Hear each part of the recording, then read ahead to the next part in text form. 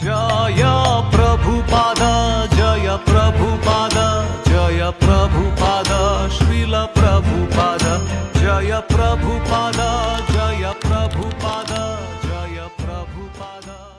ലീലാമൃത എന്ന് വായിച്ച കാര്യമാണ്. അപ്പം ശ്രീല പ്രഭുപാദ് ഭക്തിവേദാന്ത മാനറിലേക്ക് പോയിരുന്നു ഓഗസ്റ്റ് ലാസ്റ്റ്.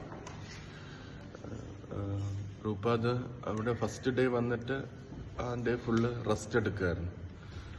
പിറ്റേ ദിവസം ശ്രീല പ്രഭുപാദിനെ കാണാനായിട്ട് വന്ന ഒരു ഡിവോട്ടി ഭഗവാൻ ദാസ് എന്ന് പറഞ്ഞ ഡിവോട്ടി. ഭഗവാൻ ദാസ് ആണ് അവിടുത്തെ BBTയുടെ ഇൻചാർജ്, യൂറോപ്പിലെ BBTയുടെ ഇൻചാർജ്. അപ്പോൾ അദ്ദേഹം പ്രഭുപാദിനെ കാണാനായിട്ട് വന്നപ്പോഴത്തേന് കുറേ ബുക്സുകൾ, ഓരോ ഭാഷയിലുള്ള ബുക്സുകൾ കൊണ്ടാണ്, പുതുതായിട്ട് പ്രിന്റ് ചെയ്ത ബുക്സുകൾ കൊണ്ടാണ് വന്നത്.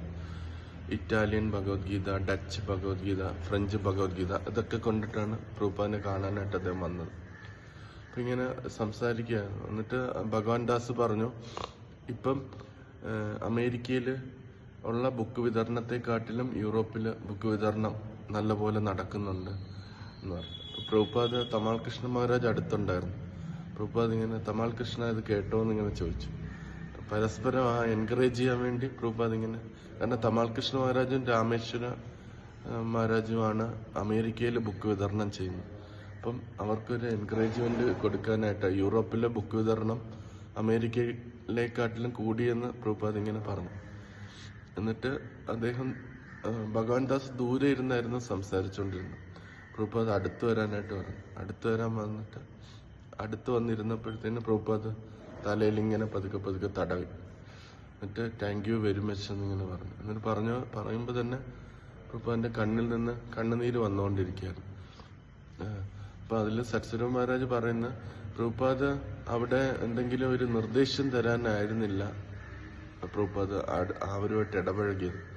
അത് ശുദ്ധമായ നന്ദിയുടെ ഇതായിട്ടാണ് പ്രഭുപാദ് ഇടപഴകിയതെന്ന് പറഞ്ഞു. പ്രഭുപാദിന് തന്റെ ശിഷ്യന്മാരുടെ അടുത്തിരിക്കാനും അവരെ കാണാനും അവരെ എൻകറേജ് ചെയ്യാനും വേണ്ടിയാണ് യഥാർത്ഥത്തിൽ വന്നത് എന്ന് പറഞ്ഞു. എന്നിട്ട് പ്രഭുപാദ് ഇങ്ങനെ അവസാനം പറഞ്ഞു, അദ്ദേഹത്തിനോട് പറഞ്ഞു, ഭഗവാൻ ദാസിന് വ്യക്തിപരമായിട്ട് ചില ബുദ്ധിമുട്ടുകൾ ഉണ്ടായിരുന്നു. അദ്ദേഹം ഈ സേവനങ്ങളൊക്കെ ചെയ്യുന്നുണ്ടെങ്കിലും അദ്ദേഹത്തിന്റെ വ്യക്തിപരമായ ആത്മീയ ജീവിതത്തിൽ കുറച്ച് ബുദ്ധിമുട്ടുകൾ ഉണ്ടായിരുന്നു. അപ്പോൾ പ്രഭുപാദ് അത് കഴിഞ്ഞിട്ട് അദ്ദേഹത്തിനോട് പറഞ്ഞു, താങ്ക് യു വെരി മച്ച് എന്ന് പറഞ്ഞതിന് ശേഷം പ്രഭുപാദ് പറഞ്ഞു, you have no personal difficulties എന്ന് പറഞ്ഞു. നിനക്ക് വ്യക്തിപരമായിട്ട് ഒരു ബുദ്ധിമുട്ടുകളും ഇല്ല എന്നിങ്ങനെ പ്രഭുപാദ് പറഞ്ഞു. അപ്പൊ അത് കേട്ടപ്പോൾ അദ്ദേഹത്തിന് വളരെയധികം ഒരു ആശ്വാസം തോന്നി. പ്രഭുപാദ് ഇല്ല എന്ന് പറഞ്ഞാൽ ഇല്ല എന്നാണ്. അപ്പം അതിന്റെ അർത്ഥം എന്ന് വെച്ചാല് പ്രഭുപാദ് അദ്ദേഹത്തിന് മനസ്സിലാക്കി കൊടുത്തത്, നമ്മൾ ഭക്തിയുദ്ധ സേവനത്തിൽ നിൽക്കുന്നിടത്തോളം നമുക്ക് വ്യക്തിപരമായ ഒരു ബുദ്ധിമുട്ടുകളും ഇല്ല എന്നാണ് പ്രഭുപാദ് പറഞ്ഞതെന്ന് അദ്ദേഹത്തിന് മനസ്സിലായി. നമ്മൾ അതിൽ നിന്ന് മാറുമ്പോഴാണ് നമ്മുടെ ഓരോരോ പ്രശ്നങ്ങൾ വരുന്നത്.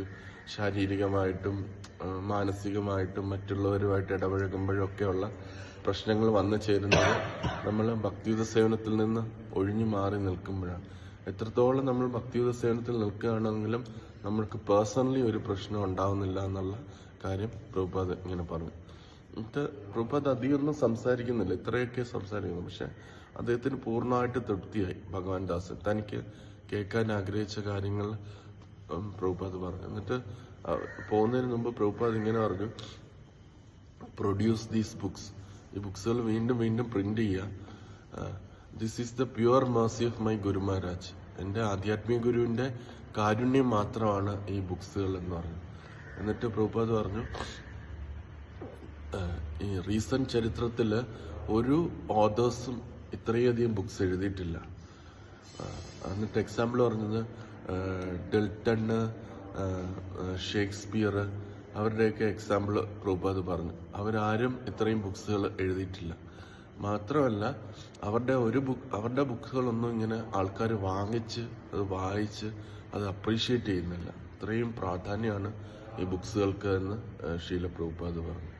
ഇങ്ങനെ പറഞ്ഞിട്ടാണ് അത് നിർത്തിയത്. പ്രഭുപാദ് തന്റെ കഴിവായിട്ട് പറഞ്ഞില്ല ബുക്സുകൾ, തന്റെ ആത്മീയ ഗുരുവിന്റെ കാരുണ്യമായിട്ടാണ് പറഞ്ഞത്. എന്നിട്ട് നോർമൽ ഭൗതിക കണ്ണുകൾ കൊണ്ട് നോക്കിയാൽ പോലും ഡിൽട്ടണും ഷേക്സ്പിയറും ഒക്കെ എഴുതിയ ബുക്സുകളെക്കാട്ടിലും കൂടുതൽ ശീല പ്രഭുപാദ് ബുക്സ് എഴുതിയിട്ടുണ്ട്. പിന്നെ അവരുടെ ബുക്സുകൾ എല്ലാവരും വായിച്ച് എന്തൂസിയാസ് ആവുന്ന പോലെ പ്രഭുപാദിന്റെ ബുക്സുകൾ വായിച്ച് എല്ലാവരും എന്തൂസിയാസ്റ്റിക് ആവുന്നു.